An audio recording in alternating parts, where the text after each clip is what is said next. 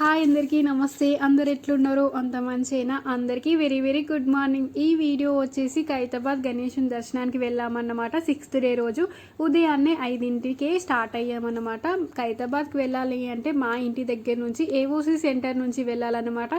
AOC centre అంటే army training centre అన్నమాట. ఇక్కడ ఆర్మీ వాళ్ళకి ట్రైనింగ్ ఇస్తారు. అంత పొద్దున్నే ఆర్మీ అన్న వాళ్ళు కష్టం చూసి వీడియో తీయాలనిపించి చాలా ముచ్చటగా అనిపించింది అన్నమాట. అందుకే చిన్న వీడియో క్లిప్ తీసి ఇదిగోండి ఇలా వివరిస్తున్నాను వీడియో ఫస్టే. ఇక మనం రుణపడి ఉన్నామంటే రైతన్నలకు, ఇంకా ఆర్మీ అన్న వాళ్ళకి, వాళ్ళు చేయబట్టే రక్షణగా కడుపు నిండా 4 బుక్కలు తినగలుగుతున్నాం. అందుకే జై జవాన్ జై కిసాన్. ఇక ఖైరతాబాద్ గణేశుని గురించి చెప్పుకుందాము.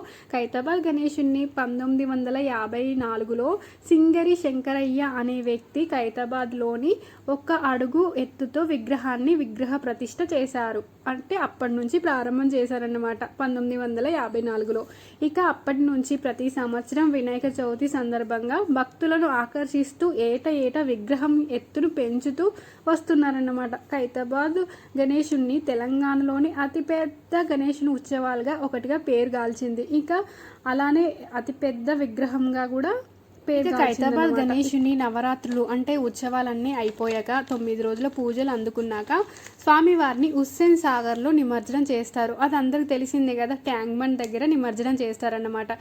మొత్తం మీద ఖైరతాబాద్ గణేశుడు అనేది కేవలం ఒక విగ్రహం కాదు, భాగ్యనగర ప్రజల యొక్క భక్తి మరియు ఉత్సవాల సందర్భానికి ప్రతీకగా ఉంటుందన్నమాట. ఇక స్వామివారిని దర్శించుకోవడానికి మీకు కొన్ని నిమిషాలు మాత్రమే ఉంది. వీడియోని స్కిప్ చేయకుండా పూర్తిగా చూడండి. మీకు వీడియో నచ్చితే లైక్ చేసి కామెంట్ చేయండి. కొత్తగా చూసిన వాళ్ళైతే ఛానల్ని సబ్స్క్రైబ్ చేసుకోండి. నేను 1000కి దగ్గరలో ఉన్నాను. మీరు ఇచ్చే సపోర్ట్ తోటి నేను ఎంతో కొంత సక్సెస్ని సాధించగలుగుతాను. వీడియో ఎలా అనిపించిందో కూడా కామెంట్ రూపంలో ఖైరతాబాద్ గణేశుని దగ్గరికి వెళ్తుంటే మాకు అపోజిట్ రోడ్లోనే ట్రాఫిక్ ఉందనుకున్నాము. కాస్త ముందుకు వెళ్ళి చూస్తే తెలిసిందన్నమాట చాలా గణేశులు ముందరనే ఉన్నారు నిమజ్జనానికి. ఇంకా అక్కడ చిన్న గొడవ కూడా అవుతుందన్నమాట. ఇక అక్కడే నిలిచిపోయాయి వెహికల్స్ అన్నీ. కాకపోతే అక్కడ ఉన్న బ్రదర్స్ బాగా సపోర్ట్ చేశారు. ఇటు నుంచి వెళ్ళండి అన్న, అటు నుంచి వెళ్ళండి అన్న అని వెహికల్స్ మధ్యలో గ్యాప్ వదులుతూ చాలా జాగ్రత్తగా మమ్మల్ని బయటికి ఇలా తీసుకొచ్చేలాగా చేశారన్నమాట.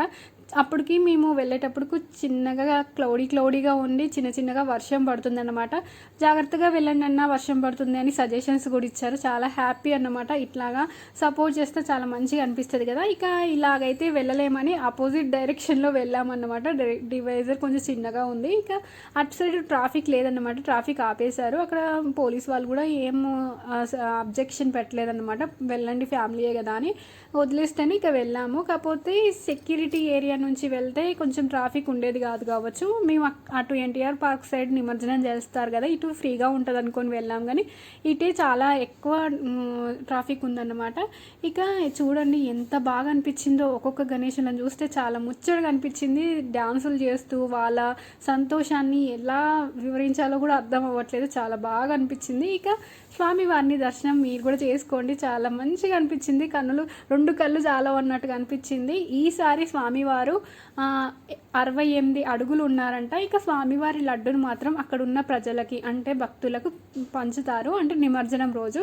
ఇక స్వామివారికి మెడలో రుద్రాక్ష మాల వేశారంట. ఆ రుద్రాక్షలను కూడా భక్తులకు పంచుతారంట. ఇక మనము 6th డే రోజు వెళ్ళాం కదా, మనకి ఏం దొరకలేదు. కాకపోతే స్వామివారి లడ్డు ప్రసాదాన్ని తీసుకొని ఇంటికి వెళ్ళామన్నమాట.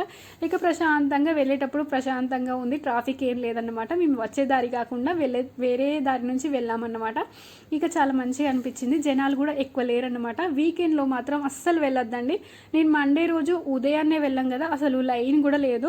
అందుకే సాటర్డే సండే రోజు మాత్రం అస్సలు వెళ్ళొద్దు. పిల్లలకి హాలిడే అని, మనకు కూడా వీక్ ఆఫ్ కదా అని వెళ్తే మాత్రం పిల్లల్ని ఇబ్బంది పెట్టిన వాళ్ళం అవుతాం. మాకు తెలియక ఒకసారి వెళ్ళాం. చాలా ఇబ్బంది అంటే ఇబ్బంది. ముందుకు వెళ్ళలేము, వెనకకి వెళ్ళలేము. పిల్లలు చాలా చిన్న పిల్లలు.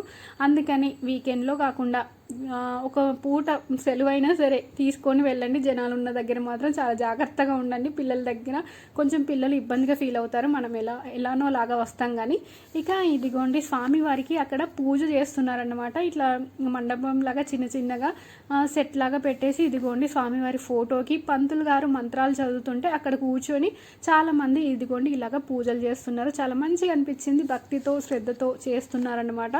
ఇక మైక్లో అనౌన్స్ చేస్తున్నారు, జాగ్రత్త జాగ్రత్తగా వెళ్ళండి అని.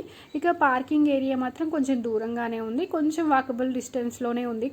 కాకపోతే మాకు తెలిసిన వాళ్ళు అక్కడ ఉంటే వాళ్ళు చెప్పారనమాట, సండే సాటర్డే అస్సలకి రావద్దు, జనాలు బాగున్నారు అని చెప్పారనమాట. అందుకే మండే రోజు ఉదయాన్నే ఇలాగ వెళ్ళామన్నమాట. చాలా మంచిగా అనిపించింది. ఒక 20-30 నిమిషాలు అర్ధగంట వరకు అక్కడే స్వామివారిని నిల్చొని చూసినా అసలు తరిమి తీరట్లేదు. ఇంటికి రావాలన్నా కూడా రావాలనిపించలేదన్నమాట.